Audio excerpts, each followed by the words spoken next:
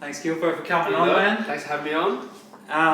Firstly, I always like to start from the start from when you're like a kid. What was your upbringing like as a kid? What school did you go to? What was it like for you growing up? Yeah, so I'm not sure if you're too aware, but growing up was pretty tough for me. Parents split up at a pretty young age, and probably a lot of my issues now probably stem from my experiences then. I was expelled from 4 schools, I think, 4 high schools. I'm not sure if you knew that. No. So I started off at Patterson River. I was expelled from there in year 7. Went to Coringa, was expelled from there in probably year 9. Went to TAFE, got kicked out there as well, and then ended up at Cedar. And then they asked me to leave as well. Can you? So what were you getting expelled for? So my attentiveness in the classroom was always really good, so I was always really academic. But then as soon as I got outside, shit sort of hit the fan. Yeah. What, fights or like? Yeah, fights had a bit of a short fuse. Just playing games and always taking a little bit too far. Lots of things, man. I don't even really know where to start. But yeah, a lot of my childhood sort of issues sort of kept flowing through there, and then What do you think that's from? Yeah, probably my old man, to be completely honest. Yeah, a lot of things with my dad. Things are a lot better now that he's not really sort of in the picture as much. Our relationship is a lot better now. Still probably from time to time tries to parent me a little bit, and I sort of like pull him in line, like, you didn't really do it back then, don't try and do it now. I really see him as more of a best mate as opposed to a dad. But yeah, pretty crazy how you can get like some generational trauma just from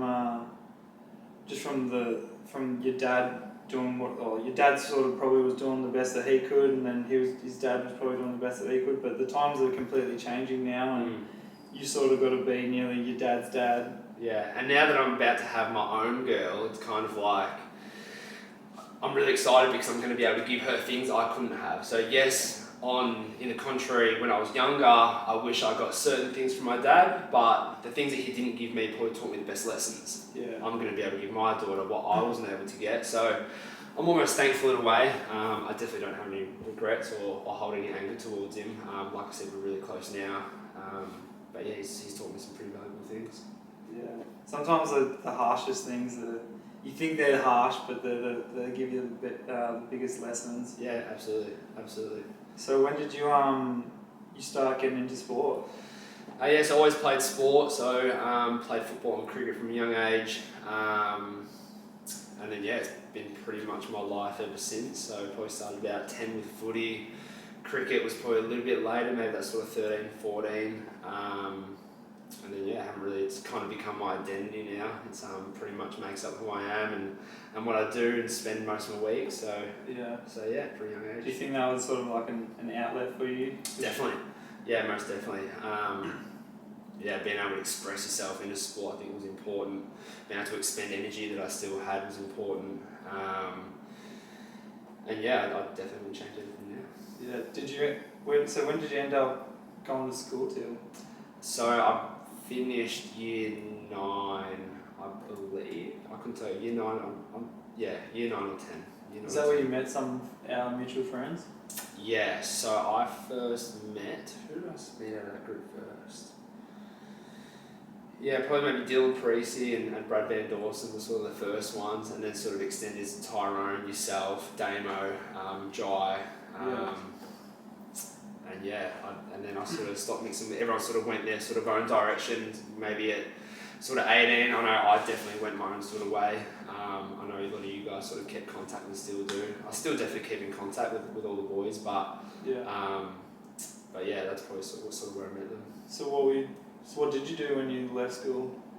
Left school. Oh, Jesus. Were you working or? I probably partied a bit.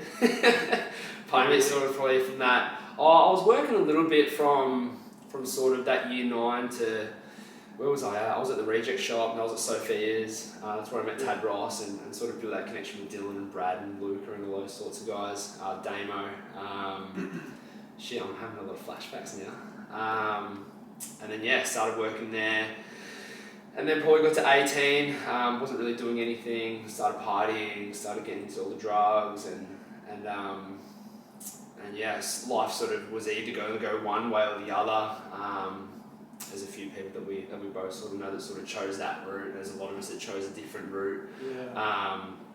And then that's when the gym stuff started all happening. Started getting into the fitness and sort of wanted to use my energy for good rather than bad. So probably had a few sort of scary encounters, like with family and stuff out in the streets, and where it sort of scared me a little bit, and thought that, you know, I'd rather do good for people rather than bad. So it goes back to another one of those sort of experience things with my dad that I wouldn't change. It taught me lessons along the way that I can only use now. Yeah. So was there like a pivotal point that like sort of you thought that from when you were partying, and obviously you're saying that you've been a bit of a ruckus back in the day, like was there a point where you were like, I don't want to be like this anymore? Yeah, there was probably two. So it was at the cricket club was one of them. I can't remember what I was up to, but one of the older senior guys, I would have only been maybe 16, and he sort of come up to me and said, you know, you're going to be remembered as nothing but a fallen star. I was like, oh, it didn't really resonate with me a whole lot then. Didn't really know what it meant until I was a little bit older. But yeah, to be saying that, you know, you're going to be nothing but a fallen star, so I'm like, you know, better get my shit together. And then, I'm not sure if you're familiar with Trey. No. Trey Tariki. Oh yeah, I do. No. Yeah, so me, Levi Hughes, Trey, we all sort of grew up around the Seaker Footy Club, and we were the water boys for quite a number of years, through the early 2000s. And there was a guy named Donny Epper there. He was like league MVP, best human you would ever meet. And he was a family member of Trey's. I spent a lot of time there. And you know, Any Gym in Franks, in Seaford there. So where my mum lived, you had Any Gym, you had the train tracks, and you had where my mum lived. And I used to run to the gym. I didn't schedule a time to meet him there, but he was always at the gym at the exact same time. And then one day he didn't show up. And I was like, oh, that's weird, he didn't show up yet. You know, he said he was going to be here. And then I was running home and the train tracks were blocked off, and someone had been hit by a train, and it was him that got hit. And I was like, oh fuck, it was really upsetting. It was a really pivotal time in sort of what direction I was going to go, and the influence he had on me, and yeah, it was obviously devastating, but it was pretty powerful. He used to say that, if you always did what you always done, you always get what you've always got. So I still remember that, and sort of try and take that in my stride with me every day. Yeah, wow, I've never actually lost anyone like that, but I could imagine how heartbreaking, and especially like looking up to him. I think not really having a father figure, and then having someone you could finally look up to, and then for that to be sort of thrown up in the wind, and all of a sudden you didn't have that anymore, was pretty hard to deal with. Yeah, it's pretty gnarly. I'm sure he was greatly missed. What do you reckon was some of like the biggest lessons that you learned as like a young man before, like even while you were still partying and all that? Do you think what do you think are some of the biggest lessons you've learned from back then that you think about now? I reckon the education. Like, I can only ever speak of my own experience, but I feel like the education system, you're only taught how to. In the education system, you're taught not to make mistakes. Yeah. You know, you shouldn't be doing this, you shouldn't be doing this. You're not taught how to deal with certain situations and have the ability to be able to learn from things. I think it's one of my biggest assets is that, I was able to go the opposite way and make mistakes and be able to learn from them.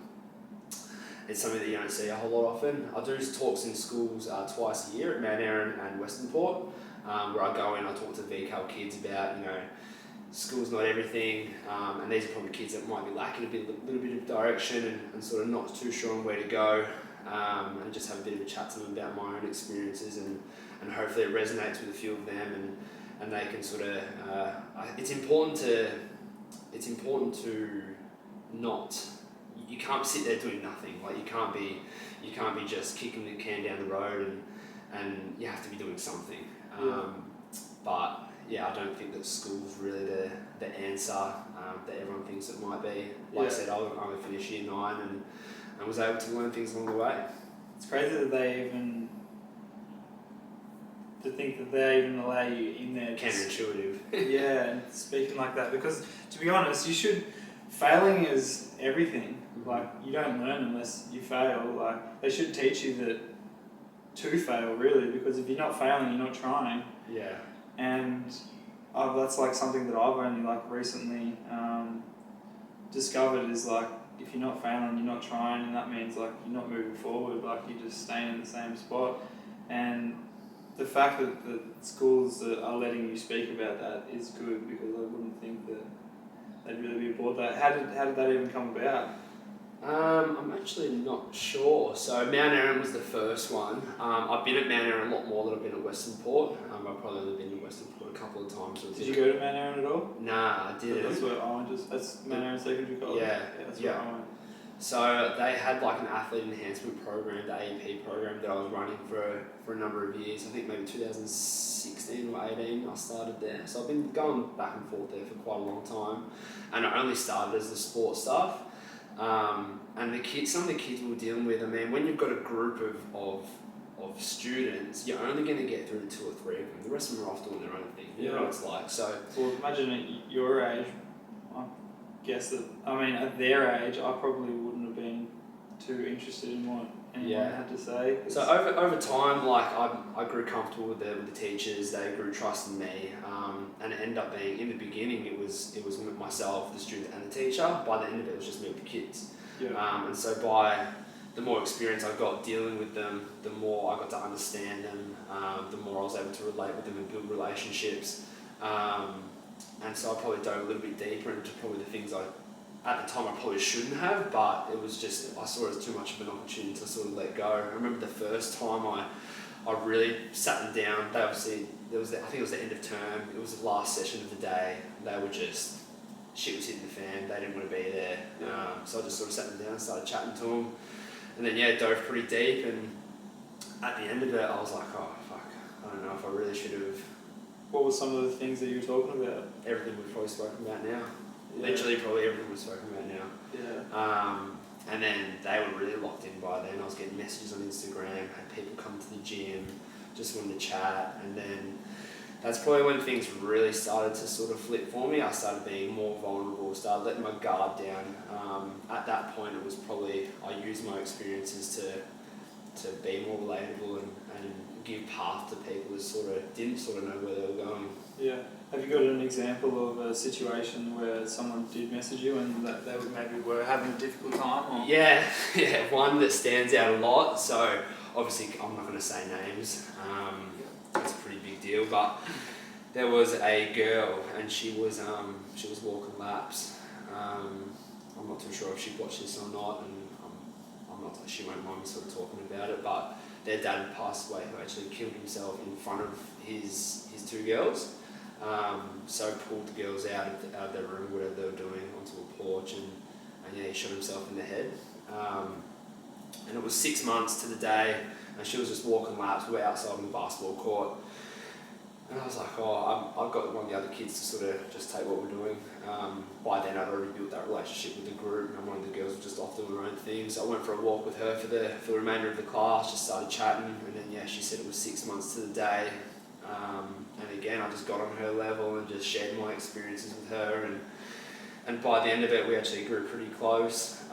Little did I know that she actually lived out the back of the gym. So when I left the school, it was the last class of the day, went straight to the gym, probably half an hour in, there was a girl at the end of the driveway. It was her. Talking about your gym? Or? Yeah, my gym, yeah. And then, so I've gone from the school after my conversation with her. Did she know that was your gym? Yeah, she knew. Yeah. All the kids knew. Yeah. They'd been there. Sometimes they'd come out to me at the gym. Sometimes I'd go to their school. And then she was standing at the end of the driveway there, and I'm like, is that who I think it is? And then she just ran straight into the gym and just like jumped on me and just hugged me, and she's like, thank you so much. And it was pretty powerful. So I think by that point I'd really understood what my experiences could do for people, and how important it was to be able to be vulnerable and get down to that level. So it's pretty powerful. It's crazy, the power of vulnerability. Like, just being vulnerable in yourself gives other person power to be vulnerable. Like, it just makes it so much easier to talk to people. Like, if someone opens up to you, especially an older person like you, to them, telling them your stories and they've been able to relate, because they probably think that everything they're going through, or for that example, that's very extreme. but they probably think that everything they're doing, that they're the only people going through it. Absolutely, yeah, absolutely. So yeah, it was interesting, but again, just another thing to experience. And Yeah, so from that point there, where did you get the spark of or going back a little bit, where did you get the spark of an idea to start your own gym? yeah, so I was working at Core 24. That was the first place. I'd done my work experience there and built a relationship with one of the trainers there, Dale Carroll, DC they called him, and yeah, he got me a job there. I was just doing some reception stuff, and yeah, just doing some early mornings there, and then just slowly over time, I just started like getting the idea and taking some certain things, and I was also playing football at Langwarrin, which I still am, and I'm still heavily involved there.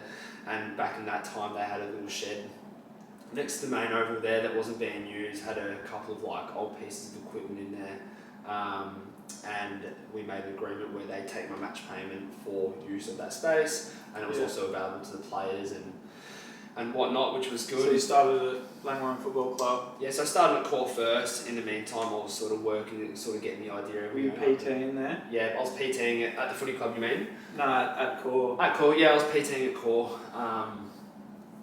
And then, yeah, just sort of grew it to the footy club. And then eventually I left Core and only started working at the footy club.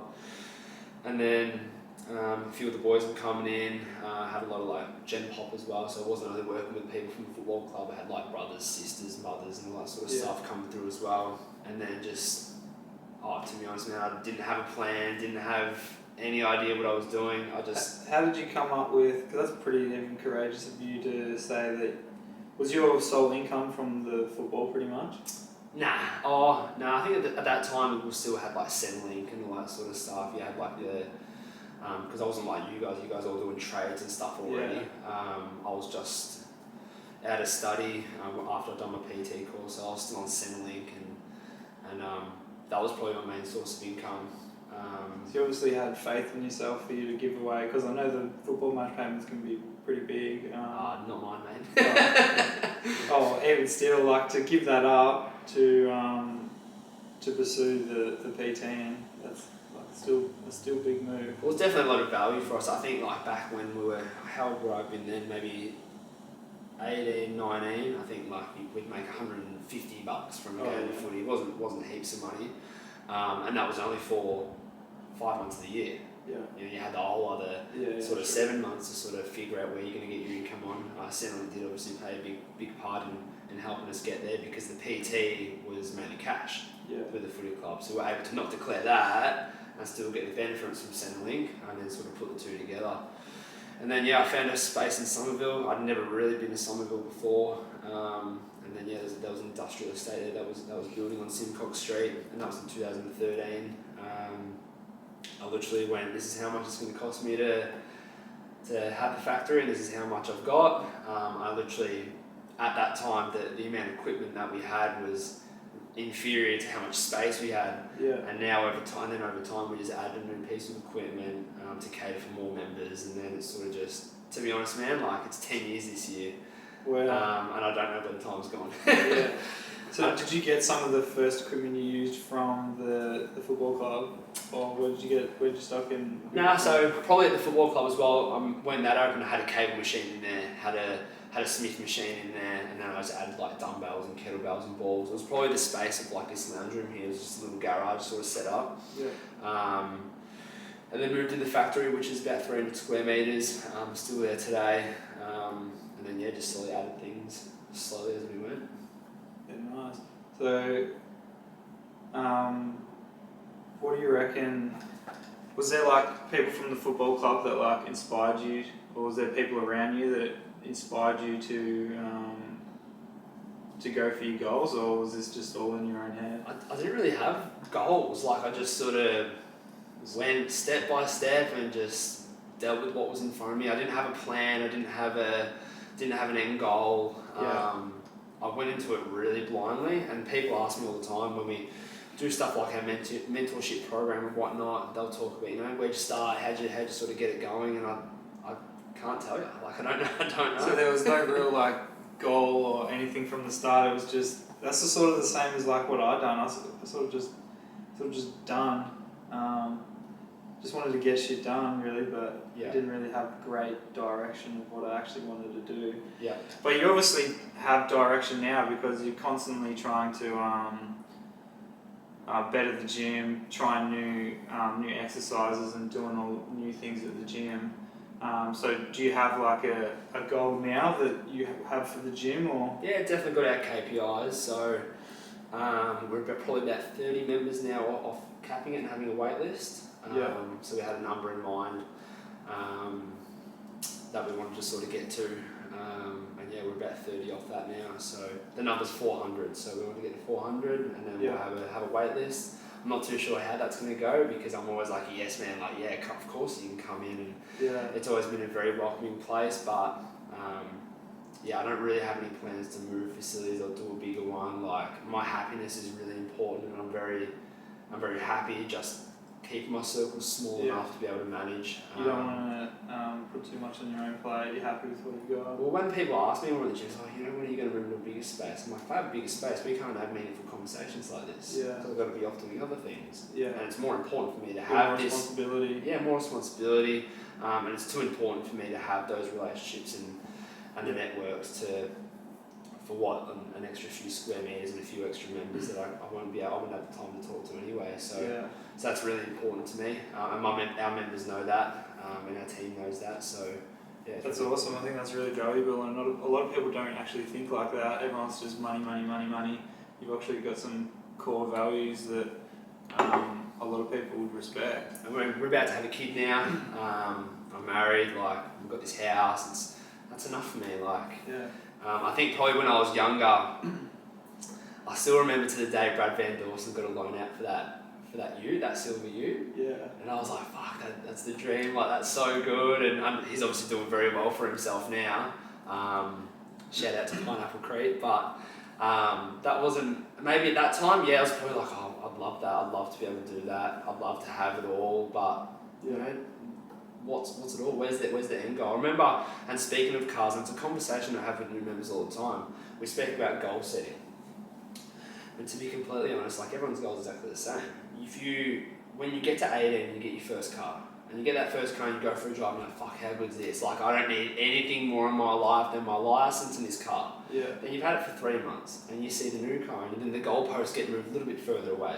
Yeah. Then you get that car, and then you're in debt, and then the goalposts get moved a little bit further away again. So there's not really any end point. So in terms of goal setting, we don't really set any goals. We just say show up, be consistent, put yourself in an environment that's empowering, and you'll find you're a lot happier that way. Yeah, the community is a huge thing I've noticed lately. What about when you first started your business? What do you reckon were some of the biggest mistakes that you made? Not creating an operations manual. So I listen to, in terms of podcasts and stuff, one of my biggest mentors was Joe DeFranco in America. He's just an American strength coach, real meatheadish, and he was saying that he'd done a podcast on the exact same thing. The biggest mistake he made was not making an operations manual. So like, what do you do when this happens? And especially when you start talking on a bigger scale. I mean, my goal was 100 members. I want 100 members and that's it. Now almost at 400, and it's kind of like, fuck, if something happens, I don't really know where to go sometimes. Yeah. Because I haven't put those systems in place. In what way do you mean? Like if what happened? Anything, like if the lights turn off, so the gym's 24/7, if you scan a tag, walk in the room, lights turn off, so what do you do? Yeah. We have people to call and stuff, but I had to reverse engineer everything. I didn't go in and organise it from the start and then put it in place. I just done it, and then I was like, okay, now what happens if things go wrong? I kind of just learned and reverse engineered it as I went. Did you speak to someone about this, or did you just learn from podcasts, or? Nah, just done it. I sort of just, in terms of operations, so sort of broke down each component of how I thought the business or the gym would run, and I just sort of broke things down from there. So it's something that's always evolving, and there's always things I'm adding to it, there's always things I'm subtracting from it. I think it's a good sign of growth as well.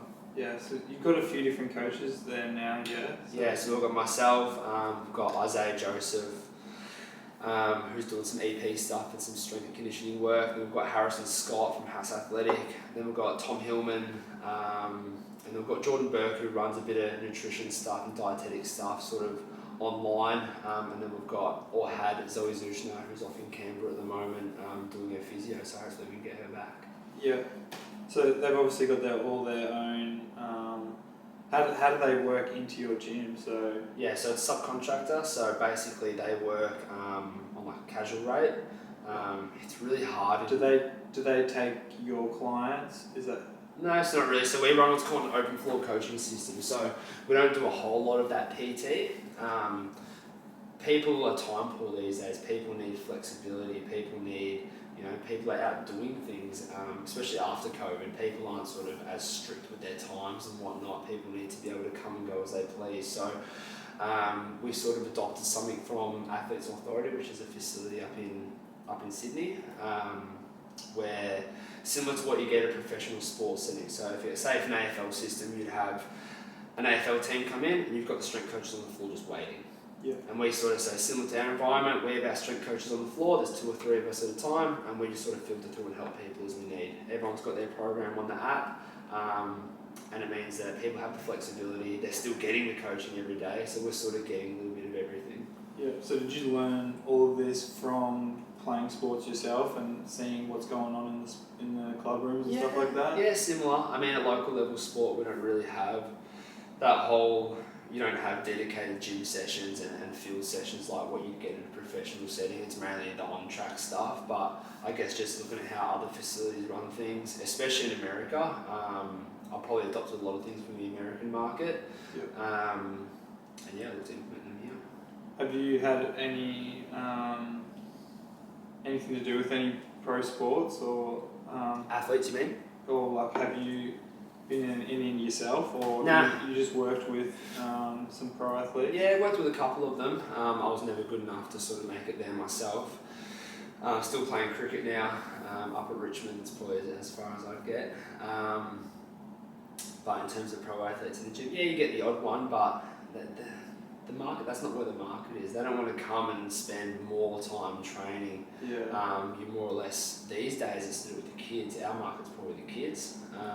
Yeah, the next generation of athletes. They love it, mate. They love it, and the parents love it. The parents love they're doing something, especially in an environment like ours, where they're probably taught how to do things properly, as opposed to signing up in the gym at 15 to Anytime Fitness, no offense to Anytime Fitness, and just sort of no assistance, no help, sort of have to learn things yourself. And then, yeah, it's probably detrimental. Yeah, it looks like you guys have got a huge variety of different exercises and stuff. Like every time I see you on Instagram stuff, you're always doing new things that like I would have never thought of and stuff like that. So where do you get your knowledge from, pretty much? Like to just try all new things. It's probably the old saying is use principles, not methods. I mean, you've got a lot of these sort of group training sort of facilities and stuff that are coming and going, that you only see them for a couple of years and then they close down, and the next one comes up and it closes down, because they're just trying to reinvent the wheel. Just stick to the basics and stick to the fundamentals. Like I said, principles over methods. People always go back to the basics. Yeah. So I think from our point of view, keeping things really simple, keeping things really easy, and not trying to come up with new things all the time. Yeah.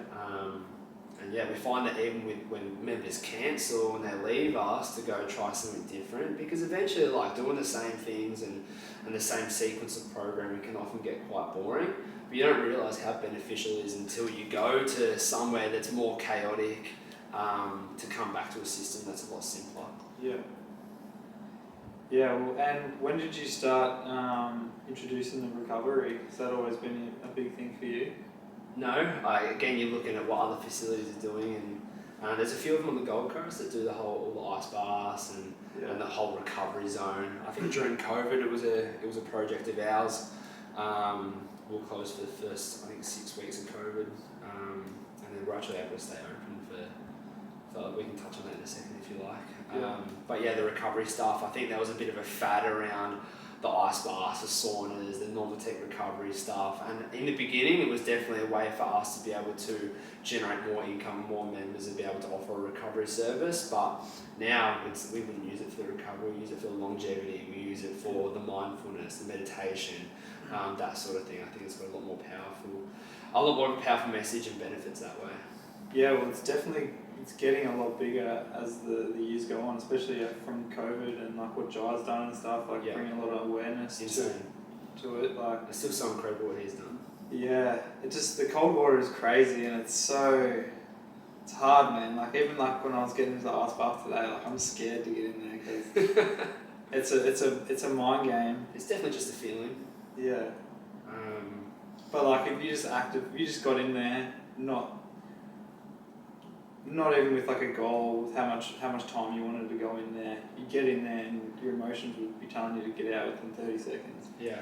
It's pretty crazy. We have a few people come in like, oh, can we use the ice bath? We don't do casual sessions, but you know, a few of my mates, obviously, I'll like yourself, I'll say, yeah, of course, like come in, it's not a problem. And then I'm like, oh, how'd you go? And then they're like, oh, you know, I got in, got straight out, it's real cold. And I'm like, no shit, it's an ice bath. They don't really expect it to be that sort of cold. But yeah, it's quite fun. Have you done any like coaching of breath work or anything like yourself? Because obviously that was a huge thing to help me through the cold water, like just getting yourself into a meditation state and just breathing. Yeah, we do a lot of it at Richmond for cricket. Every Tuesday we've got a bloke at the club who helps us with all the meditation, the breathing, all that sort of stuff. And it's definitely something that's mainstreaming a lot more. So powerful. Oh, so powerful. It's absolutely incredible. Not every time I can get myself in a meditative state, but when you can, it's absolutely incredible. It's probably harder coming back to reality and coming back into your body than what it is to sort of get in it. But yeah, not a whole lot. I try and do as much breath work as I sort of can. It's something I'm definitely going to adopt more in the new year. But my main work will be done in the sauna and ice bath, definitely. Yeah. Have you done any like personal development or anything like that? In terms of the breath work? Just in terms of yourself, maybe to better yourself or your business? Yeah, I'm always looking to learn and try new things and experience new things, for whether it be podcasting or try and read a book. We definitely, as a team at the gym, we go and do a lot of external PD, for us to learn, obviously to spend enough time with each other outside the gym and learn together and hopefully bring practices in to make the experience at the gym better for everyone else. So yeah, we do quite a bit of it. Yeah, well, say for example, if someone's just thinking about wanting to get into the gym and starting their fitness and all that stuff, what would you think would be the first thing, one of the easiest things they could do to sort of keep on track? And just don't put so much pressure on yourself. You get a lot of people all the time come in and they want to do 5-6 sessions a week, which is fantastic. But reality is you haven't exercised before. We understand you're excited, but let's try and channel things a little bit differently. I mean, it's a lot of a mental play. So we would only put 3 to 4 sessions, three locked-in sessions with 1 optional session a week, and they want more. And I'm like, hang on a second. If you get 3 sessions done a week, or even 2, you'll be sore. You're gonna feel really good about yourself. Yeah. So try and understand what I'm saying here. So if I put 3 sessions in your program, and you get them all done consistently, I mean, it's not a lot to ask. You're going to feel really good about yourself. You might go for an extra walk or an extra hike or whatever it might be. You might go do some yoga, and all of a sudden you've done 4 or 5 things a week and you feel really good about yourself. But if I put 5 or 6 sessions in there a week and you get 2 or 3 done a week, you're not going to feel too great about yourself, are you? Yeah. So the penny sort of drops when we go through that as well. And then we talk about motivation. I mean, Dan Gertz from Gym 122 made a really good post about it a couple of years ago about it's fleeting, motivation is fleeting. Reality is I'm probably not motivated to be here right now doing this podcast. I'd much rather be out doing other things with my wife and my friends, but my habits and my behaviours and my message and my consistency allows me to be able to sit here and talk about things and then go over things. So if we're focusing on motivation all the time, you're probably going to be unmotivated 90% more than what you are going to be motivated. Yeah. So it's not something that we want to concentrate on. Just get it done. I mean, I didn't want to train this morning, but I did. And I feel like once you've actually conquered past the hard part of like I don't know, maybe the first 6 months or a year. How long did I say it takes to build a habit? I'm not 100%. I know there's a 10,000 hours thing, but that's like to be a pro at something. But yeah, I have heard that. I'm not 100% sure, but yeah, there is a thing. Maybe after like 6 months or so, which I really found as well. Like with my training, it sort of becomes. I nearly feel like when I'm like, oh, I don't want to go, but it's just straight away like, nah, fuck it, you got to go. Yeah. Like instead of trying to make an excuse for me not to go, my body's automatically making excuses for me that I have to go now. Mm-hmm. And you get to the point where you end up feeling guilty if you don't do it. Yeah. And it doesn't have to be a lot. Like all you have to do is a couple times a week. Yeah. Yeah, you don't want to set the bar too high, because if you set the bar low enough where you can exceed it, you can move into more things. But if you set it too high to begin with, yeah, 100%. Yeah, so you're pretty much saying like you want to even get to a point where you do 3 sessions a week, you're proud of yourself, but then if you overdo it, you're either going to be sore or you might not be completely motivated. You want to sort of stop before you hit your peak, so then next week you're still excited and ready to go. Yeah, and I think the environment's probably the biggest thing. Yeah. That's why you're finding that all these private sector gyms, like such as ours, we've got Legacy in our street, we've got Impact in our street. All these private sector gyms are taking over. Yeah. Like, yes, your Anytime Fitness and your Cores are always going to be there because their entry fee is so small. So people are always going to sign up, but the private sector gyms are really taking over. How is it? Have you had any trouble with because you're saying you've got nearly 400 members and the space is decent, but it's not that big. Do you ever have any troubles with the amount of people that are in there? Not yet. Is that where you've got your goal there because you think that'll be? Yeah, I mean, I just want to create a ceiling for myself because then I know how much money I can put into my staff, how much money I can put into my home, and then I can start making plans from there. And then, we go back to the happiness thing before. I don't want to be chasing something and the goalposts keep getting moved further and further away. So I set something that's relatively high enough and easy for us to get to, hopefully. Yeah. But at the end of the day, I'm sort of playing devil's advocate here, but at the end of the day, you can't, I feel like it's just forever. It sort of has to be like something else, because even though you might be happy for a year, 2 years, once you get to that point, I'm sure there's going to be a point where you're like, alright, I need something else. I think just making sure, for example, we're very close to that number now, so how else can I make the experience for those that are already here better? Yeah. So instead of me going out and trying to find more, how can I make what I've already got better? Yeah. How can I make this experience for Jai and Damon and these people in the gym, how can I make the experience better for them? Yeah, that's great. Because I remember going to the gym when you first started it to what it is now. It's pretty crazy to see all the facilities and the cold thing, the sauna. You've got the leg things. Normatec stuff, yeah. The Normatec compressions. Yeah. What's the go with those things? So as far as I'm aware, what are they called? Sorry. They're called Normatec compressions. Yeah. So as far as I'm aware, I've used them. I don't use them a whole lot, but it's just compressed air. Pushes waste back towards the heart and blood can come in. They, as far as I know, they were originally used by cancer patients in hospitals to help stimulate blood flow and circulation, and now they've just sort of been mainstreamed to performance. I think I was listening to someone earlier today about placebo. Placebo is huge. I'm pretty sure the data and research suggests that it might only work 1%. But if you can tell yourself that's going to make you feel better, there's a psychological aspect to if it makes you feel good, it's going to work. Yeah, absolutely. They've done study even on drugs and stuff like that, when they've given people drugs and then they've given one person drugs but told them it's drugs, they're not actually drugs. Yeah. And they've given everybody else drugs and everybody else is on drugs, and there's one person that's not on drugs but he thinks he's on drugs because he thinks he's done something and he's acting the same as all these other people but he's actually sober. Yeah, Totem Strength, I believe it is, at Virtus in Mornington. It was actually this morning, it was that exact thing. They had 4 people all take ecstasy.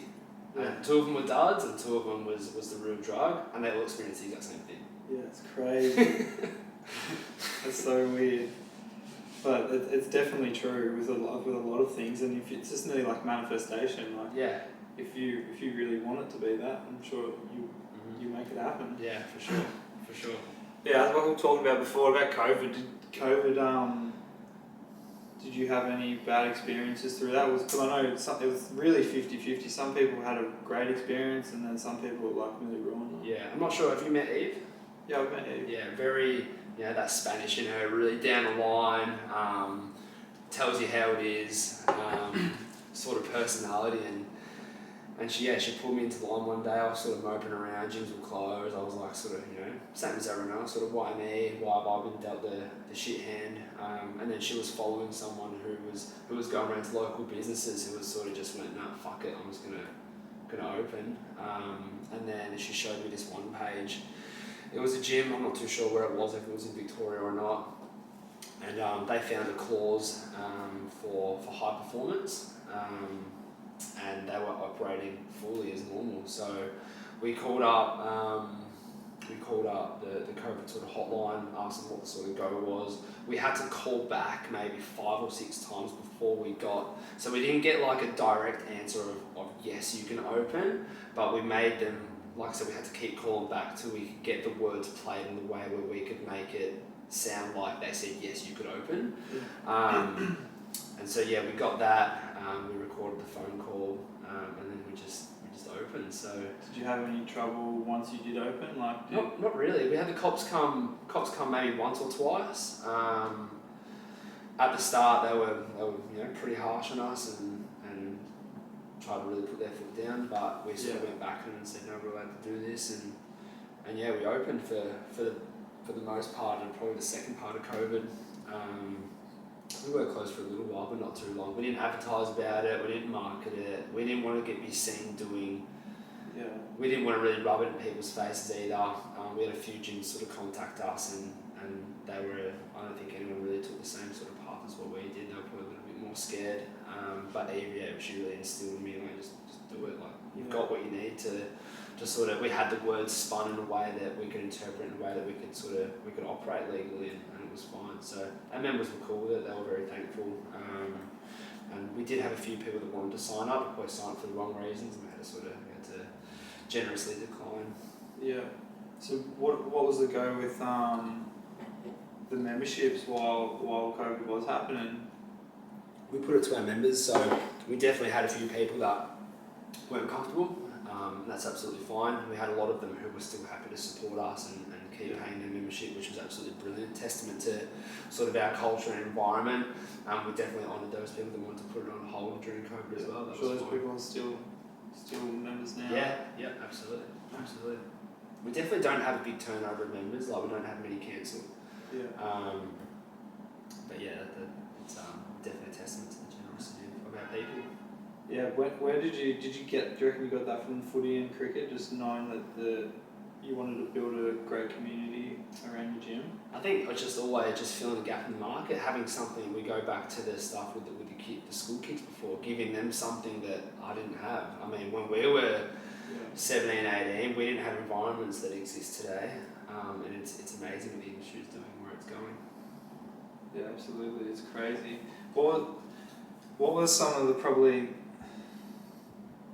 biggest things that you didn't expect when you've started your business, even from then or now? For it to be where it is now, I had no insight that it was going to be the way it is now.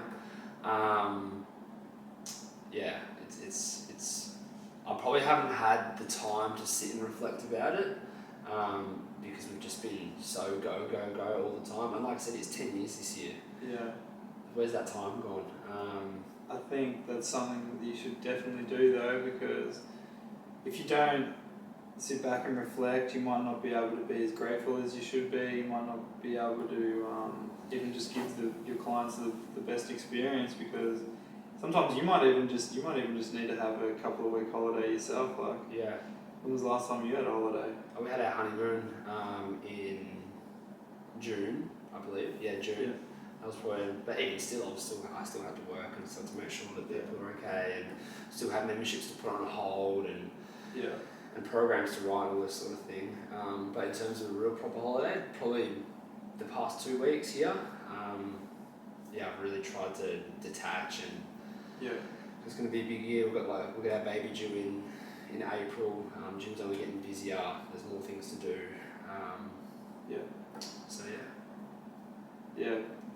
taking the time to reflect is, It's hard to do. yeah, especially people that are so into their business. Mm-hmm. But just to slow down for a minute and really reflect on what they've actually achieved. Like, I was having a really hard time concentrating. So ever since I was a kid, I thought I had ADHD, and it was only probably the last 6 months I've really dove into it. And I've just, as of yesterday, stopped taking my Ritalin. So I've been taking Ritalin for the past maybe 3 months, and it spun me out completely because I just needed to be able to focus. How come you started taking it? I just couldn't manage any tasks. I was napping during the day. I was really disruptive. When I was angry, I was getting quite aggressive.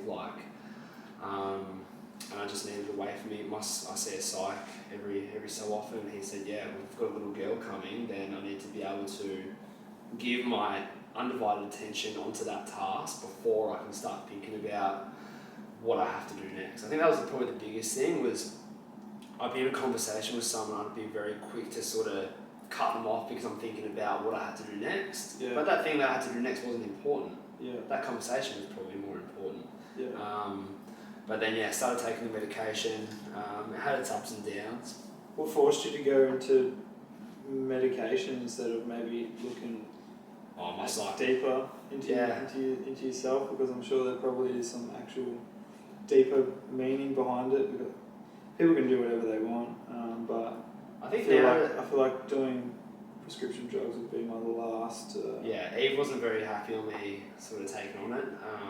That whole big pharma mentality, which I definitely understand, but I definitely need to do something. I'd spent so much time in the cold water. I'd spent so much time in the saunas. I spent time trying to read, and nothing was really clicking for me.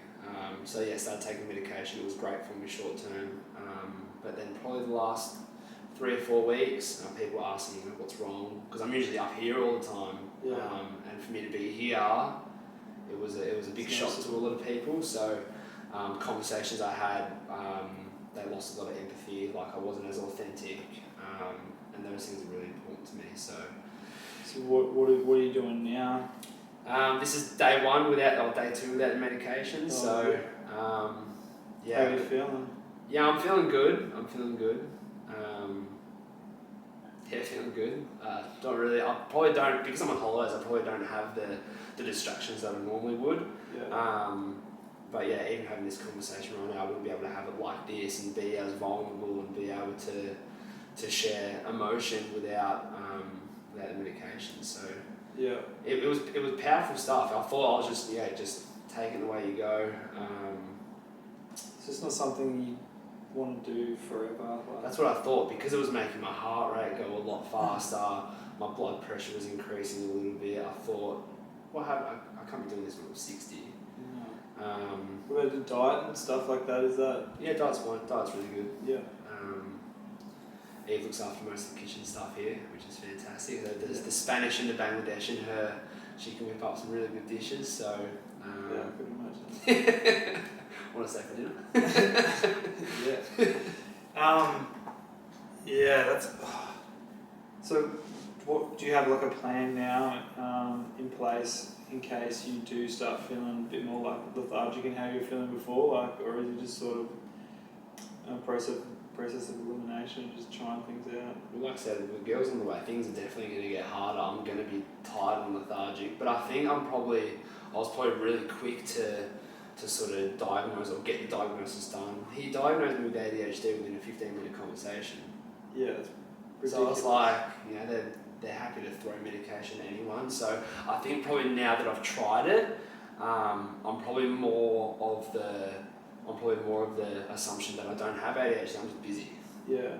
Well, you may have that, but for him to so quickly just throw medication, I think that the doctors actually think that that's what everybody just wants. So that's why they immediately just throw that out to people. Mm-hmm. When really that's probably the last thing that they need. But it's just so crazy that it's nearly too easy now to get. I think people definitely need to form their own experience though. Like medicine definitely has its place for a lot of people, and that's fine. Like it's like the whole COVID conversation. You can have your opinion on it, but keep your opinion. You can share your opinion, but don't put it on other people. Yeah. I think the same thing can be sort of adopted with the medication. Like I tried it, wasn't for me, but if it works so well for someone else, that's amazing. Yeah. Yeah, well, everyone is completely different, so one shoe doesn't fit all. That's why the COVID thing was just so whack that they were just trying to give everybody the same thing. Yeah. How'd you go with that up on the coast? Well, I was still here because I was here through the lockdowns when we had the house arrest stuff where we had to be when was it? It was like 5 a.m. to 8 So you were still here then? Yeah, I left just after that. Yeah. It was a little. So we had like the real bad when we had like the house arrest. We couldn't leave. We couldn't go 5 kilometers from our house, and then I think it got like a little bit better. And then there must have been like a break, and they let us go do whatever for like a couple of months. And that's when we were like, "Fuck it, we're getting out of here." Yeah, because you moved up with a guy called LLP. I don't know who. Yeah, Luke Barrington. I moved up with him, and then when I moved up there, it was just like all gravy, baby. Like it's like it didn't even exist. Yeah. That's why it was so crazy. Like obviously just the laws are different, but I don't know. It was like a super spreader down here. Like even now, like when I came back down here, friends were saying that they'd had it 2 or 3 times. I'm like, I haven't even had it once yet. You haven't? Nah, have you? I've had it twice.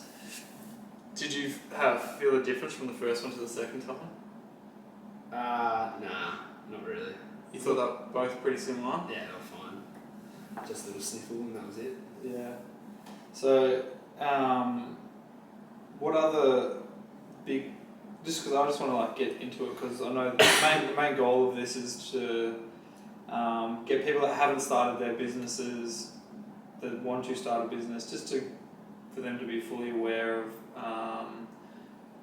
what things happen when you do start a business. So, like, what are some other roadblocks that came up for you that were unexpected? I think like I was speaking at when I first told Eve that I was going to come on this. She the advice that she gave me was don't be so humble.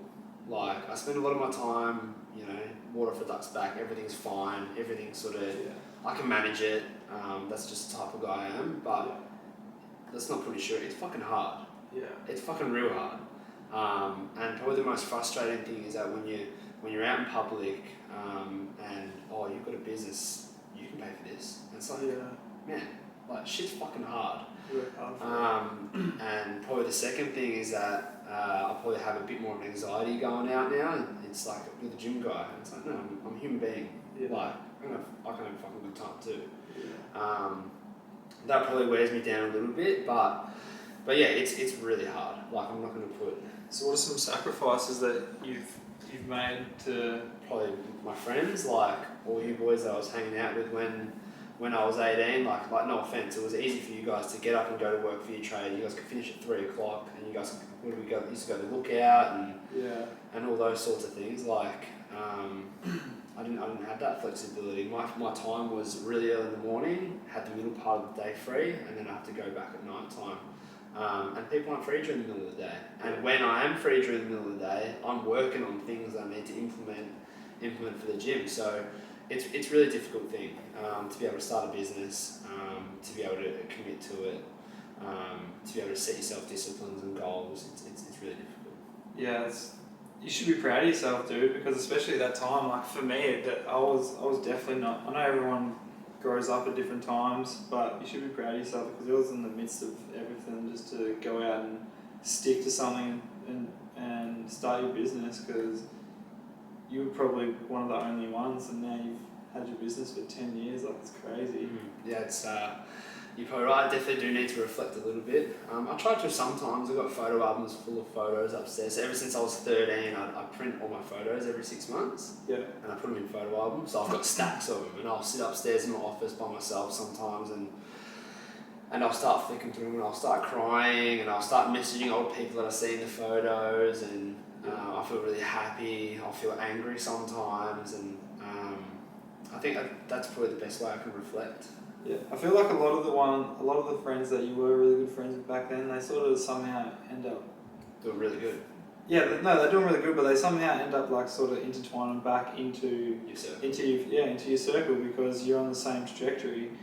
And then the people that were just partying and doing whatever and they're still doing the same thing, they sort of get like weeded out. Yeah, I was out on Chapel Street earlier in the year and I saw someone like, I was having a good time, they were having a good time, and I said to them, like, oh, you do this often? And then they're like, yeah, every weekend. And I'm like, fuck, this is the first time I've been out in like, 2 or 3 years and you're still doing this every weekend. It's crazy. It's mental, but you're right, everyone's on the same trajectory. You've got Jai doing all the stuff at his Cold Water Club, you bit the bullet and went up north. You got Brad doing all his concrete stuff, you got Dean Edwards doing the same thing. Yeah. You got Damo who's pretty much taken over active electrical, it's incredible, it is good to see.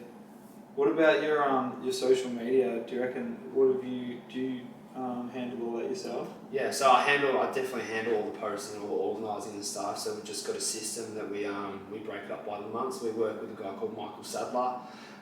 He's been with us. He's a member of the gym. He's been doing videos for us on and off for probably the past 3 or 4 years. And only just recently we organised a subscription sort of model. So we pay him a retainer a month, and he comes and does X amount of videos and content for us. That's the way that's sort of going. And yeah, we get a lot of compliments and we put a bloopers video up yesterday and everyone was loving it, and I'm not sure if you saw it. I haven't seen the bloopers one, but I do watch most of your videos. Yeah. Do you think it's an important thing to have like the content? Do you think it helps like get members? And I think we come back to the point about, when I said before about, when I'm out in public and it's like, oh, you're the gym guy. So I'm allowed to have a drink. I think it shows people that we're human too, we're people too. Yeah. We're not too serious, we like to have a good time, and I think for us getting that, especially in the fitness industry, you are, people already put you in a category of doing the right thing all the time. Yeah. I do far from the right thing all the time. And I think it's really important for people to understand that, and I think it makes us really relatable as well. Yeah, but it is obviously very beneficial for you to get the education out on what you're doing at the gym.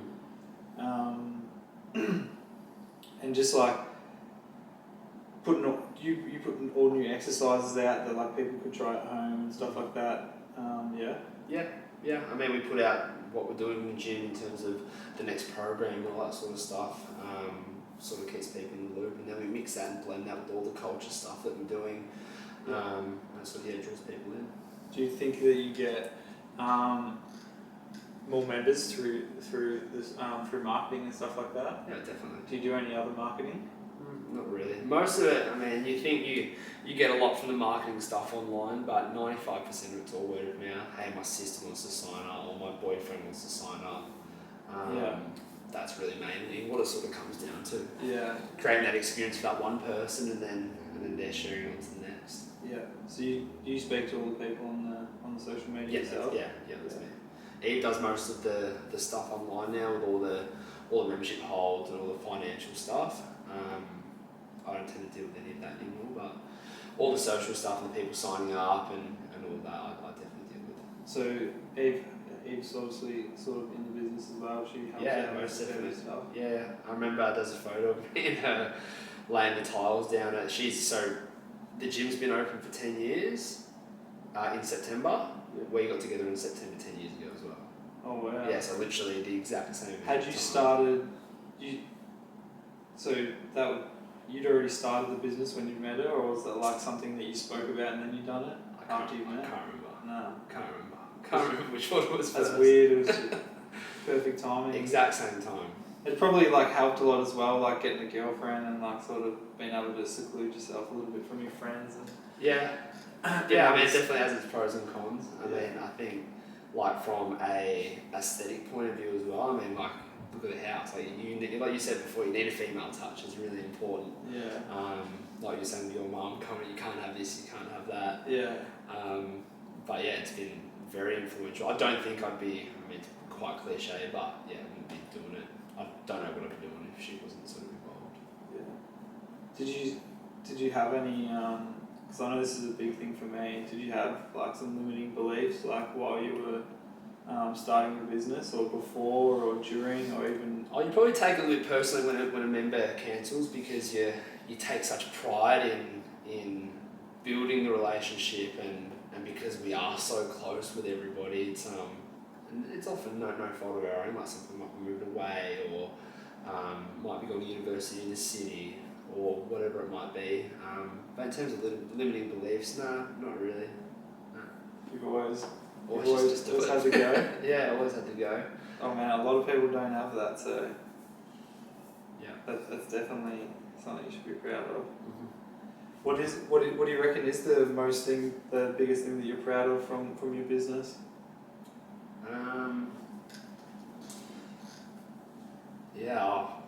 I haven't really had that much time to reflect, man. Like, sometimes I try and sort of, when it's really busy in there, I try and sort of just sit at the back roller door on my laptop on some plyometric box and sort of look around, and it's just so fun all the time that I don't have the time to reflect on it. Like, I'm just so in the moment with it all the time. It's a really, really fun place to be, so I haven't really done that yet. Yeah, well, I suppose if you're having fun, you don't really have an excuse to do anything else. Like, fun is fun, man. And people don't come to the gym for the training. Like, I'll tell you that right now. The training will happen if you're in the environment. Yeah. So that's why building that culture has been really important for us, because if you build that environment for people, the training happens anyway. Yeah. I mean, we don't do any, everyone can sort of have their own sort of aspect on this. We don't do any goal setting, we don't do any photos, we don't do any challenges. Yeah. Just show up to the environment and the rest will take care of itself. Consistency is key. Yeah. What about your own training yourself? Do you do much? Yeah, training plenty. So obviously I'm in the middle of the cricket season at the moment, so Yeah. not as much time spent under a barbell, but yeah, definitely probably Monday will be in the gym, Wednesday will be in the gym, Friday will be in the gym. What kind of training do they want you to do at the cricket club? Oh, it's sort of left to our sort of own accord. Yeah. For us to be able to manage that ourselves. I definitely help out a lot of the boys. So it was my first year at Richmond last year, and I was a little bit older, and probably an easy way for me to fit in and become part of the group was they knew what I'd done for work, and I was able to sort of help them out a little bit. It was a really easy way for me to fit in, but they haven't sort of set anything stuck in stone or anything like that. Just sort of a remote show. So I'm on the track with them 2 or 3 times a week, and then in the gym 2 or 3 times a week. So you're going to drive up to Richmond? Yeah, up down that way. Do you have to travel we're playing to interstate at all? No, we're playing Essendon tomorrow. It's probably as far as we go. Yeah, okay. Geelong. But yeah, no interstate stuff. Yeah, that would be very time consuming. Yeah, it is very. I think I'll leave home tomorrow at maybe 6. I'll get home about 8:30 tomorrow. Is this something that you're extremely happy doing? Like, is this like a long-term thing? You're happy to play? As long as my body can handle it. I mean, I'm 30 this year. Oh man, you're in your prime.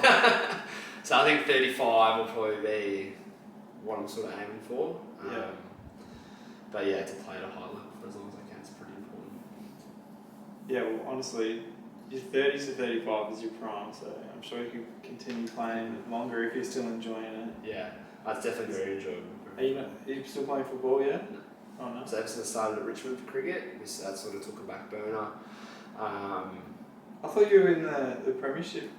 I was coaching, so I done fitness coaching, okay. and I was just running for the tours this year. Yeah. But yeah, that was a really enjoyable year as well. I'm still heavily involved doing that stuff, so I still run all the fitness and the strength and conditioning for the football boys, and it keeps me involved. Football coaches, you done a bit of footy at the Bombers, didn't you? Yeah. You know what football coaches like. It's very important to mental health. It's really important to be in that sort of environment, especially because it's all I've ever known. I think this year will be a little bit different. Yeah, I'll do the pre-season with the boys, but our baby's due first week of football, so round 1. So I don't think I'll be around a whole lot. I'll get down when I can, but the boys will be fine without me for 1 year. Yeah. So, what are your thoughts on once the baby's here with the business? Are you gonna try to step back a little bit for a little bit, or? I literally picture myself. You see those dads who've got the cradle on, and they've got the baby just sitting there. I'll be walking around the gym just like that all day. Yeah, so she'll be at the gym 24/7. Absolutely. Yeah, No, we'll see how we go for the first little bit. So I'll try and take her away when I can. I think like having that flexibility at the gym is really good. Like I can, Yeah. you know, the boys run a really tight ship down there, and they'd be more than happy and more than capable to look after it for a few weeks while I'm here doing what I need to, and then everyone's just as excited as what I am. So So have you got is there always a coach or something at the gym? Nah, so it's 24/7, and we coach 6 till 10 in the morning, then 3 till 7 at night. Yeah, okay. So that bulk part of the day, people can still scan in and use the gym and stuff and have access to their programs on our app. Yeah. What's that app? Train Heroic. And how does that work? So it's literally just you have a calendar in there, and we just upload programs to the calendar. So every 5 weeks we upload a program, and then we can track their compliance, we can track their weights. They've got videos on there. It's very good. Yeah, just keeping track of everything is. You can see your results so much better. Yeah, it's definitely a good way to do it. It's the difference between training and working out. Like we don't do workouts. Yeah. There's no way to track that. We train. Yeah. Yeah, that's cool. So you just haven't had any dramas in having it open 24 hours, have you? Not one. No, you might get that odd like chalk all over a barbell or something like that, but it's fine. No, everyone, I think with our induction process and people understand what they're getting themselves into in terms of respecting the place, and like I said, there's no chain gym where you can sort of get away with it. People know to help look after the place. Yeah, sweet. Yeah, well, if you want to just tell everybody where what your socials are and stuff like that, we'll wrap it up. So you can find us at PeakPerformance HQ on Instagram, Facebook, TikTok, and then our website's peakperformancehq.net. So if anyone sort of wanted to reach out and follow maybe a similar pathway to myself, I'm not too sure what sort of audience you've sort of got, but I'd be more than happy to have a chat and sort of see what we can do. Sweet, thanks man. Hey, thanks for having me. Good to see you again, man. Sweet, thanks dude.